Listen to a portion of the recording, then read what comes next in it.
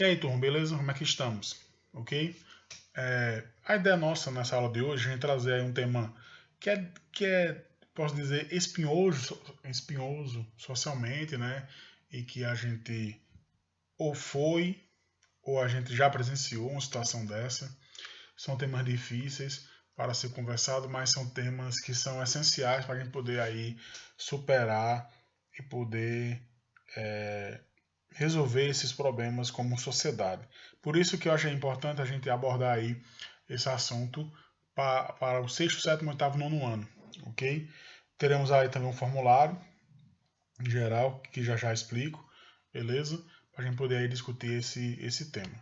Professor, e que tema é esse? Então, hoje eu vou convidar aí uma pessoa querida, uma amiga, para gente conversar sobre a superação do machismo e a superação aí do racismo, trazendo aí uma experiência e uma discussão a partir de duas questões que aconteceram aí recentemente, né? Vocês acompanharam na mídia aí que bombou aí nas redes sociais, né?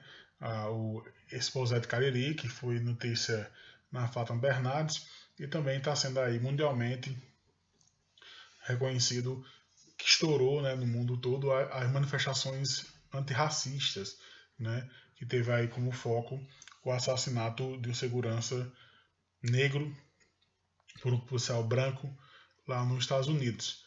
E aí, a partir dessas duas exposições, né, desses dois movimentos importantes, né, um mais virtual e outro mais físico, né, mas altamente importante os dois.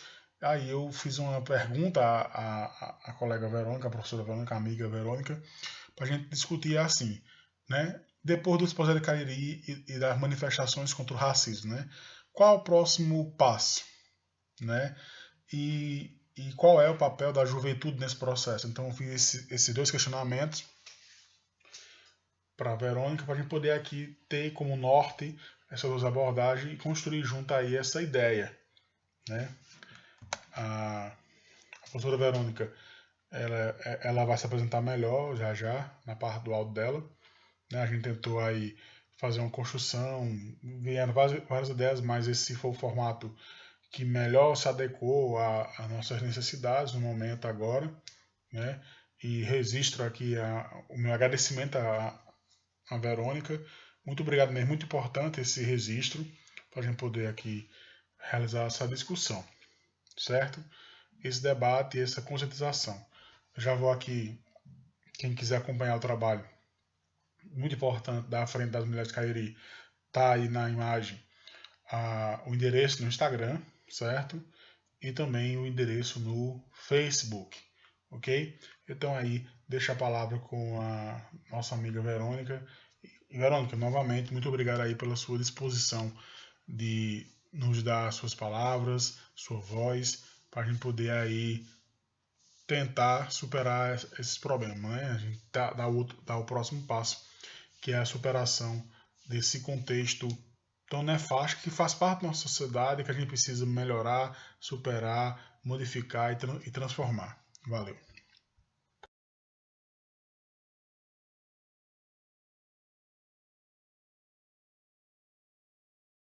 Olá, pessoal, tudo bem?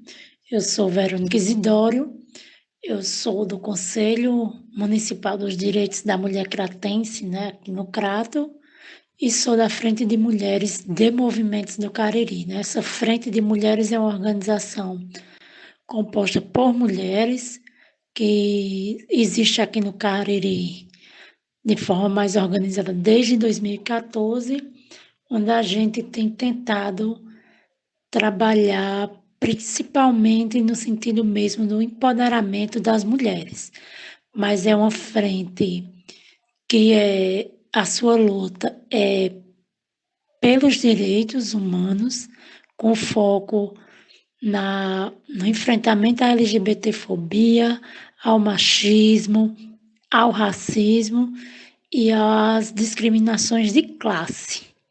Então, acho que a gente tem algumas de vocês já devem ter ouvido falar na Frente de Mulheres, nessas mulheres que estão sempre organizando atos na rua, 8 de março, Dia de Mulher Negra, 20 de novembro, somos nós.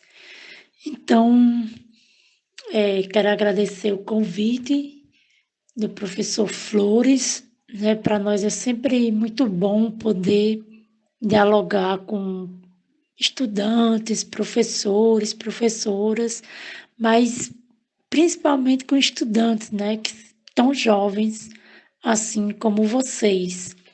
E aí, quando o professor Flores me contatou, me convidando para a gente conversar um pouco, né?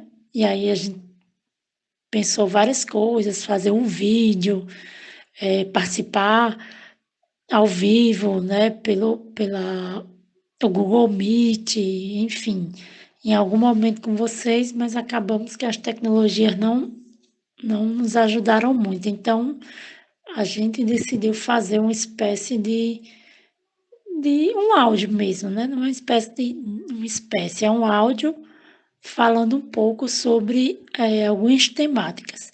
Então, no convite, né, na conversa que ele teve comigo, ele expôs a situação, duas situações recentes, né, ocorridas, uma aqui no Cariri e outra nos Estados Unidos, que potencializaram, né, que visibilizaram mais dois grandes preconceitos, duas grandes discriminações que a sociedade atual tem vivenciado, né, que é o racismo, quando do assassinato do segurança George Floyd nos Estados Unidos, né, pela polícia, e o machismo apresentado na forma de assédio no Exposed Cariri. Então, o Exposed Cariri, eu acredito que a maioria de vocês tenha ouvido falar, mas de toda forma, Exposed quer dizer, em inglês, uma exposição de algo ou alguém, e aí um grupo de meninas decidiu expor, através do Twitter, seus agressores e as agressões que elas sofreram na sua vida.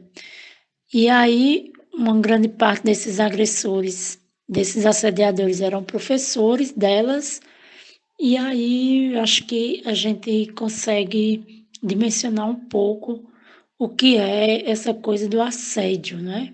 Então, pois bem, com relação ao Exposed Cariri, primeiro, a gente fez um debate, inclusive nós fizemos uma live pelo Facebook da Frente de Mulheres, e aí vocês podem acessar lá na página, né, um debate sobre assédio.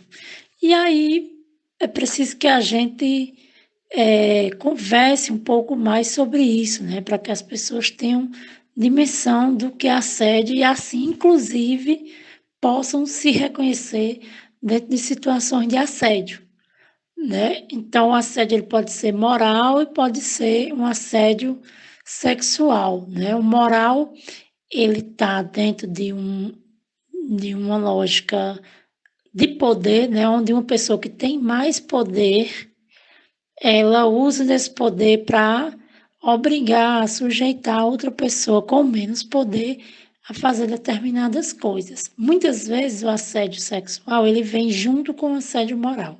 O assédio sexual é essa importunação, principalmente vivenciada por nós mulheres, né? Homens também sofrem assédio sexual, mas nós mulheres aqui historicamente temos sofrido de forma exagerada assédio por parte dos homens.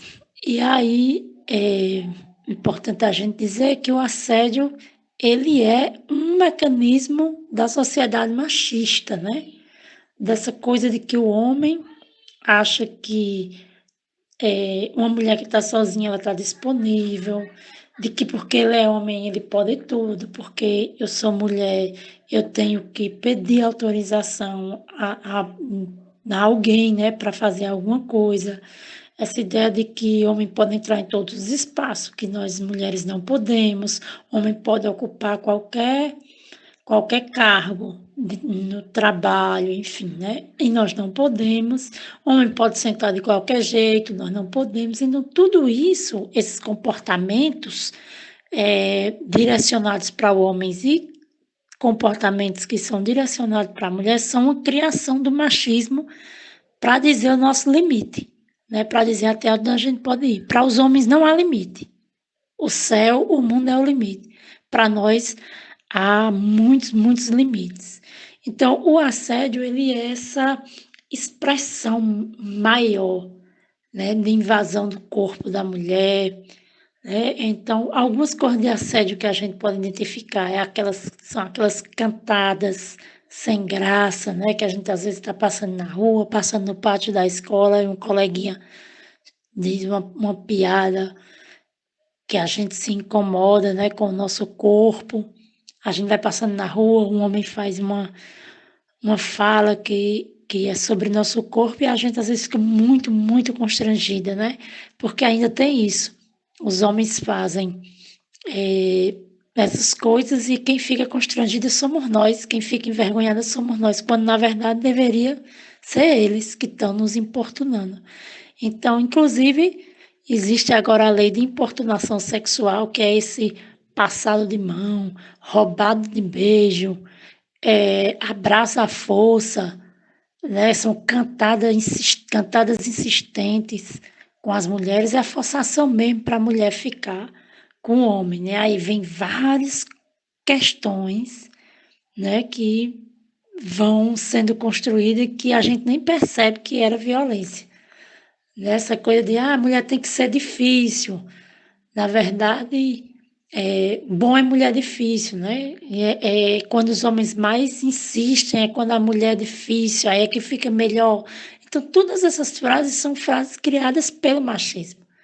Não é que a pessoa é difícil, ela não está querendo, né? Ela não quer ficar com carinha, não é que ela está difícil, ela simplesmente não está afim, ela não quer. Mas ele criou no imaginário dos homens que nós somos difíceis e que por isso, como um prêmio, ele deve lutar até a mulher ceder e aí ele ganhou o grande prêmio final, que é ficar com a mulher difícil, né? Mas ele não vai parar quando a gente disser que não quer, porque ele não aceita que não seja verdade, né? Ele acha que é porque a pessoa está se fazendo de difícil. Então, meninas podem continuar sendo difíceis, diga não é não, e quem tem que dar o limite do corpo é o dono ou a dona dele, não é ninguém. O assédio moral, eu vou dar um exemplo, quando ele vem junto com assédio sexual, é, por exemplo, numa relação de patrão e empregada, né, do empregador e da empregada. Ele usa do poder dele de patrão para assediar sexualmente a mulher, né, a sua empregada. Aí ele diz que ela vai perder o emprego, que vai baixar o salário, que vai perseguir, enfim, se ela não ceder às vontades sexuais dele. Acontece assédio moral e sexual juntos, por exemplo, nessa relação de professor e alunos, né? E alunos e alunas, porque o professor ele já é por si só a autoridade máxima dentro de uma sala de aula, né? Então, quem é a autoridade máxima dentro de uma sala de aula é o professor, é a professora. Então, quando o professor ele começa a assediar moralmente seus alunos ou alunas, tipo em troca de nota, né? Se você não fizer tal coisa, eu baixo sua nota. Isso é um assédio moral seguido de um assédio sexual. Essa passada de mão no cabelo, né? Esse cheirado no cangote, esse passado de mão nas costas, coisa que quem está sofrendo o assédio sabe que é constrangedor. Quem não está sofrendo vai dizer, não, isso era uma brincadeira sem maldade, ele só alisou as costas da menina, só pegou no cabelo dela. Mas quem está sofrendo sabe que não é. Então, uma das coisas que a gente precisa fazer para ter esse enfrentamento ao assédio é não desacreditar da vítima.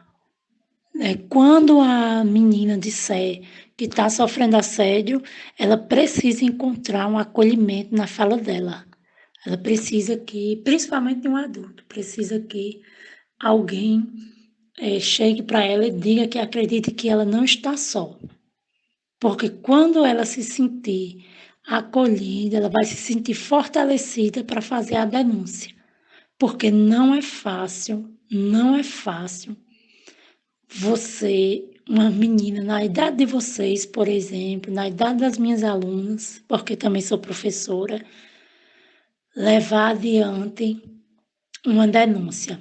É tanto que as meninas do Exposed, uma das coisas que elas foram criticadas e que ainda estão sendo é que elas não fizeram a denúncia formal nos meios onde deve ser feito, né? Na polícia, na justiça, né? Na delegacia, no CRM, elas não chegaram até lá, porque o constrangimento de chegar nesses órgãos é muito maior, porque até chegar lá vai haver uma coisa que a gente chama revitimização da mulher, que é botar a culpa nela, que é questionar a fala dela. Ah, mas você tem certeza que foi isso? Será que você não está enganada? Será que ele não queria só fazer um carinho?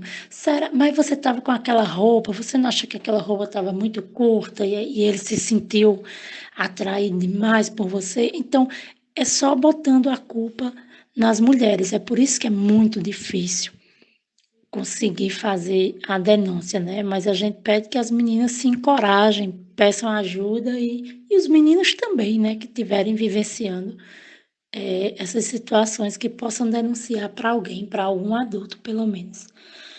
Importante dizer que 80% do assédio, da violência sexual de criança e adolescente, né, nessa idadezinha de vocês, é no âmbito da família e dos amigos, né? Ou seja, o agressor não é um monstro que vem aqui, eu vou lhe pegar, não é. Né? O agressor é o pai, né? Às vezes é o pai, é o tio querido da gente, é o vozinho que bota a gente no colo, é o professor que a gente gosta, é o colega de trabalho, né? O amigo que vai fazer as atividades na casa da gente, é o amigo do pai, enfim. Né? Então, a gente precisa. E quando existe essa relação de afetividade, né, de proximidade com o agressor, isso é muito mais difícil de ser denunciado. Porque a primeira coisa que a mulher vai sentir, a menina vai sentir, é que ninguém vai acreditar na fala dela. Porque ele é uma pessoa muito respeitada, todo mundo gosta dele. Então, ele não é capaz de fazer isso. Então, a mulher, a menina, não vai se sentir segura para fazer a denúncia. Mas aí, Verônica, o que, que a gente pode fazer para ir melhorando essa situação na sociedade brasileira, né, de enfrentamento ao machismo? É importante a gente colocar que nós devemos empoderar nossas meninas para nunca se calar diante de qualquer agressão, sempre denunciar, dizer, expor sim o agressor, né? Pode ser quem for, você precisa expor. Nós precisamos que a criação dos meninos e das meninas elas tomem um outro rumo na sociedade, né? De respeito e de igualdade. Né? Uma sociedade que a gente está lutando para que homens e mulheres tenham os mesmos direitos. Porque o machismo não é ruim só para as mulheres, não. Ele é ruim para a sociedade no todo. Né? Criar homem machão. Ah, você não pode chorar. Pode, você pode chorar. Você é homem, você pode e você deve chorar. Porque homem que não chora, ele vai ficar acumulando dentro dele muitas dores. E que um dia elas vão precisar sair. Então, a gente precisa criar não homens garanhões que saiam pegando todas as meninas ou meninos. A gente precisa criar homens que respeitem o seu corpo e o corpo das meninas. Que não achem que as meninas são descartáveis. Que não entenda que uma menina está de roupa curta, está se insinuando para ele. Não é, a gente usa roupa curta porque a gente gosta de usar roupa curta. A gente não utiliza uma roupa curta, não é necessariamente para provocar um homem, de jeito nenhum. A gente usa uma roupa curta porque a gente gosta de usar roupa curta, só por isso. Mas a gente precisa criar também desconstruir essa sociedade cheia de preconceito, violência, racismo, machismo, LGBTfobia e pensar em uma sociedade melhor para todo mundo, né? Onde homens e mulheres, repito, tenham os mesmos direitos, que seus direitos sejam respeitados. Então, meninos, é preciso que vocês observem melhor o seu comportamento diante das meninas e entendam o que é que elas estão dizendo e respeitem a fala delas, né? E meninas, nós precisamos aprender a nos impor mais, né? A não nos calar diante de algum tipo de violência, diante de algum tipo de agressão, mas principalmente a gente também precisa respeitar o espaço do outro e da outra, né? Principalmente para nós mulheres, esse é o momento da gente se acolher enquanto mulheres, de estar juntas umas das outras, para que a gente possa superar esses danos que o machismo tem causado na nossa vida. A gente foi criada como competição, fulana é mais bonita do que você, então ela vai casar, ela vai ter mais namorado do que você e tal. E não é isso que nós precisamos, né? Não é a nossa vivência não deve ser uma competição, né? A nossa vivência ela deve ser uma partilha, deve ser compartilhar momentos que são bons ou que são ruins. A gente não precisa estar competindo com cabelo, com unha, com comportamento de ninguém. A gente precisa que todo mundo seja acolhido. Isso era um pouco sobre essa coisa do esposa e do assédio. Eu acho que é muita coisa para falar, mas eu acho que vai dando para ir causando algumas interrogações na cabeça de vocês.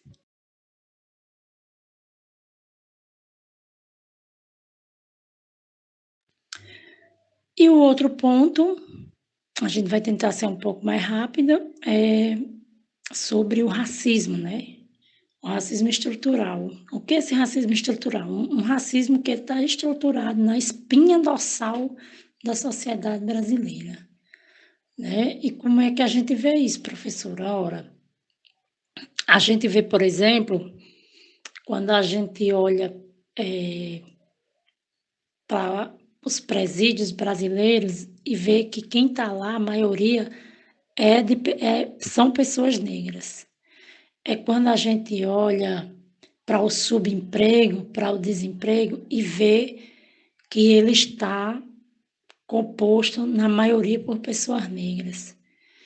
É olhar que as piores condições de vida, de moradia, de saúde, está direcionada para as pessoas negras.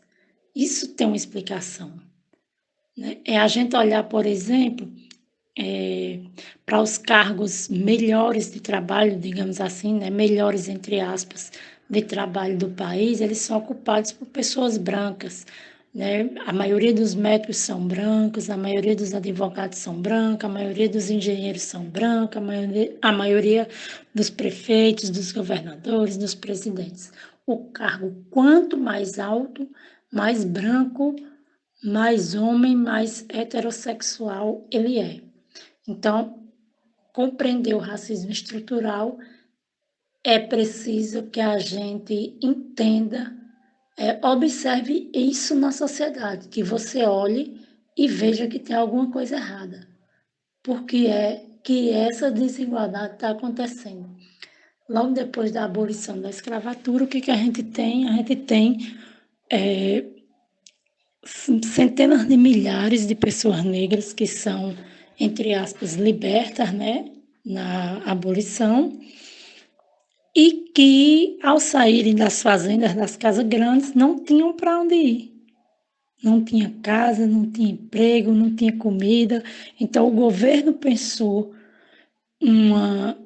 a libertação dos escravos, né, a abolição da escravatura, mas não pensou um plano de como essas pessoas iriam viver depois disso. E aí começa a virar indigente pelas ruas, né? As ruas já são ocupadas pelas pessoas brancas, pelo comércio, pelas casas que já tinha. Então, para a população negra restou apenas as periferias, onde foram se aglomerando nas periferias das cidades, de todas as cidades brasileiras. Né? Não é só aqui no Cariri, não é só em São Paulo, não. É em todo o Brasil, é assim. Vão morar distante dos centros comerciais, dos centros urbanos, vão morar sem condições, em casas pequenas, casas que não são casas, na verdade, e sem condições nem de se alimentar, sem condições de saúde. Então, não podiam estudar, vale dizer isso, né, que o direito de estudar para a população negra ele veio bem depois, então aí a gente já tem um déficit muito grande na formação educacional da população negra, né? Então as pessoas não podiam estudar, então não tinham como se formar, então não tinham como ter uma profissão mais digna, né? Com dignidade. E aí, gente, quando a gente fala isso, com profissão com dignidade, a gente não está dizendo que ser uma empregada doméstica, ser um gari, ser um vigilante, ser um pedreiro, não é digno. É sim, é muito digno, todo trabalho é digno. Nós estamos falando de como a sociedade vê esses trabalhos. Né? Isso é que é o racismo estrutural. Então, é isso que a sociedade vê. Entende que esses trabalhos são mais rebaixados e, por eles serem mais rebaixados, eles precisam ser ocupados pelas pessoas negras. Entenderam essa lógica? Então, isso é o racismo estrutural. É como toda a sociedade, o governo, a legislação, ela é organizada para as pessoas brancas, ricas, homens, e tudo que não estiver dentro desse grupo não pode ser beneficiado dentro dessa estrutura. Então, o que a gente tem assistido no Brasil, eu não vou dizer para vocês que é um crescimento do racismo, que na verdade acho que não tem crescimento, o racismo continua assim, da mesma forma de como ele começou. O que a gente tem hoje, na verdade, são formas de visibilizar mais e divulgar, porque hoje a gente tem as redes sociais, tem internet, tem jornal, tem gente filmando. Então, hoje a gente pode denunciar mais o racismo, mostrar, jogar na cara da sociedade brasileira que ela é uma sociedade racista. Né? Ela é racista quando a gente vai passando na rua e vê uma pessoa branca e acha que a gente vai roubar a pessoa só porque é negra. A gente é racista, a sociedade é racista quando vê um homem negro de terno e gravata e diz logo que ali só pode ser um segurança ou um motorista, nunca vai dizer que possa ser um advogado, um médico ou um engenheiro. A sociedade é racista quando ela diz que todo preto é ladrão e que tem que estar atrás das grades, né? Então, é assim que a sociedade racista, vai se comportando. É direcionando a população negra para os piores postos, para os piores espaços, para os piores lugares dentro da nossa nação. E aí, infelizmente, o que a gente tem visto com relação a esse comportamento da polícia não é só nos Estados Unidos, né? Porque nos Estados Unidos tomou uma dimensão muito grande, né?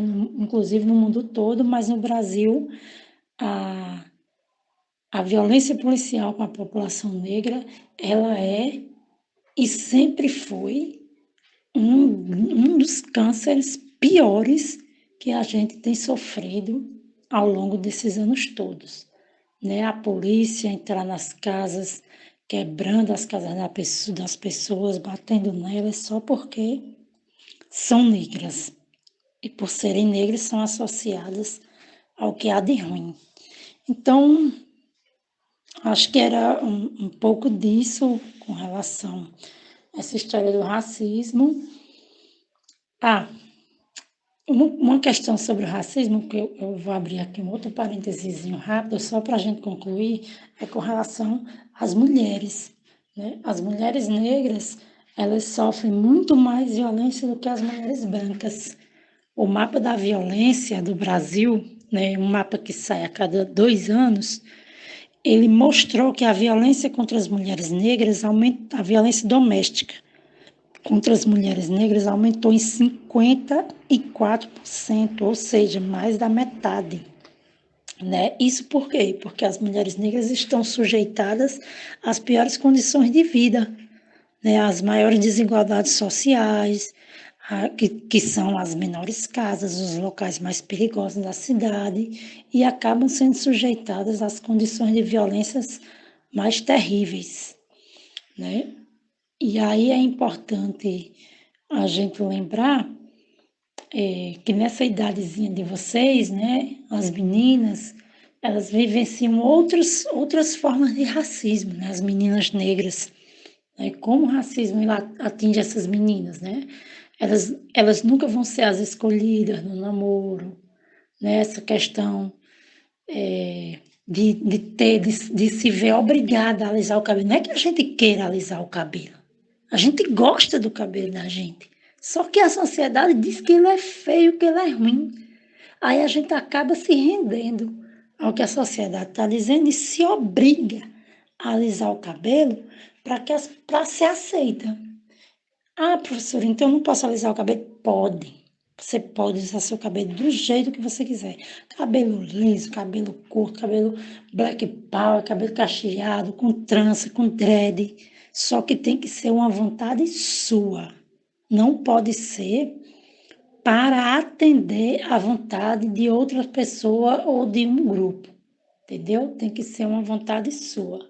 Então, nós temos muitas barreiras do racismo para ser ultrapassada, mas depende muito de nós, de ir desfazendo dentro de nós todas as situações de racismo que a gente reconheça e imaginando, se colocando no lugar daquela pessoa, imaginar o que, é que aquela pessoa passa cotidianamente, e se você é branco, você tem a obrigação de ser antirracista. E ser antirracista é lutar junto à população negra por direitos iguais.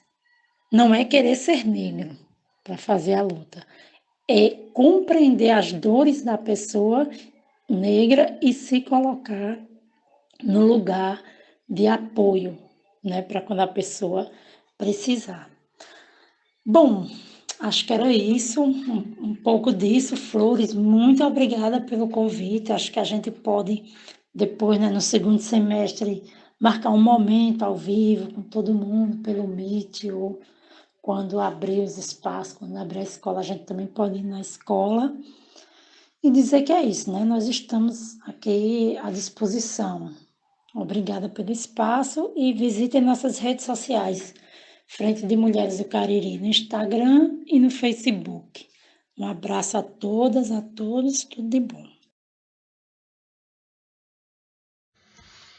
E aí, gente, né? Papo massa, um papo denso, mas um papo que é muito importante. Queria novamente aqui registrar o meu agradecimento à professora Verônica por ter participado e ter cedido um pouco do tempo dela para a gente poder discutir e pensar sobre isso, certo? Registrar aqui as redes da Frente da Mulher Cariri, né? Você tem aí o endereço no Instagram, certo? Está aí na sua tela, ok? E também temos o endereço no Facebook, que esse também está na sua tela, ok? Espero aí que vocês acessem, que vocês acompanhem as redes sociais desse movimento muito importante aqui no Cariri. Pronto, eu vou ajeitar aqui. Então escreva aí 3 sugestões que, na sua opinião, são importantes para superar o machismo e o racismo. Galera, brigadão aí, certo? Foi boa, uma conversa muito legal e até a próxima. Valeu!